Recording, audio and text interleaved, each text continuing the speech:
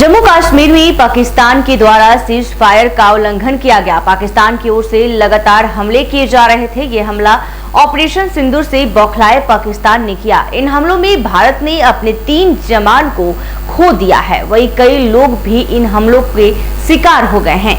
जम्मू कश्मीर के एक सरकारी अधिकारी की भी मौत हो गई है। शहीद जवानों में एक जवान बिहार के सारण निवासी बीएसएफ के सब इंस्पेक्टर मोहम्मद इम्तियाज है। बिहार के नेता प्रतिपक्ष तेजस्वी यादव ने शहीद जवान को नमन किया है। जानकारी के अनुसार पुंछ जिले में पाकिस्तानी गोलीबारी में सेना के सूबेदार मेजर पवन कुमार शहीद हो गए, जबकि उधमपुर एयरबेस पे हुए आतंकी हमले में वायुसेना के medical assistant surgeon Surendra Kumar ने प्राण न्यौछावर किया। उधर जम्मू के आरएसपुरा सेक्टर में सीमा पार से हुई फायरिंग में बीएसएफ के सब इंस्पेक्टर मोहम्मद इम्तियाज शहीद हो गए। इन हमलों में 7 जवान घायल भी हुए। वहीं बिहार के सारण के जवान भी इस हमले में शहीद हो गए। बीएसएफ के सब इंस्पेक्टर मोहम्मद इम्तियाज बिहार के सारण जिले के रहने वाले थे।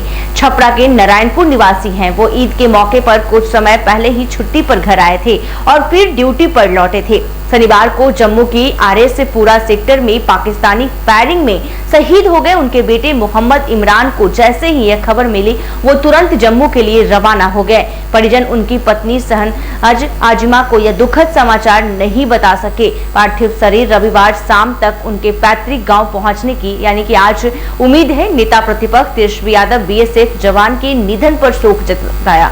उन्होंने ट्वीट कर लिखा कि जम्मू में अंतर्राष्ट्रीय सीमा पर देश की सुरक्षा के लिए शहादत देने वाले छपरा बिहार के रहने वाले बीएसएफ के बहादुर सब इंस्पेक्टर मोहम्मद इम्तियाज साहब की वीरता और बलिदान पर सलाम एवं कोटिस नमन। देशवासी सदैव उनके शौर्य, पराक्रम, साहस, बलिदान और देश प्रेम को नमन करता रहेगा।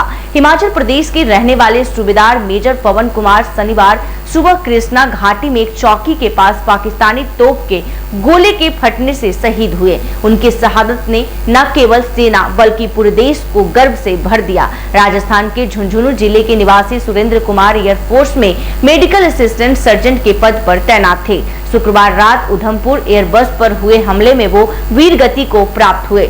परिवार में मातम पसरा है। पत्नी सीमा देवी को जब यह खबर मिली तो वो बेसुध हो गईं। अस्पताल में होश आने पर वो बस एक ही बात कहती रही कि एक बार मिलवा दो। सुरेंद्र अपने माता पिता के इकलौते पुत्र थे और उनकी एक 11 साल की बेटी वर्तिका और 7 साल का बेटा दक्ष है।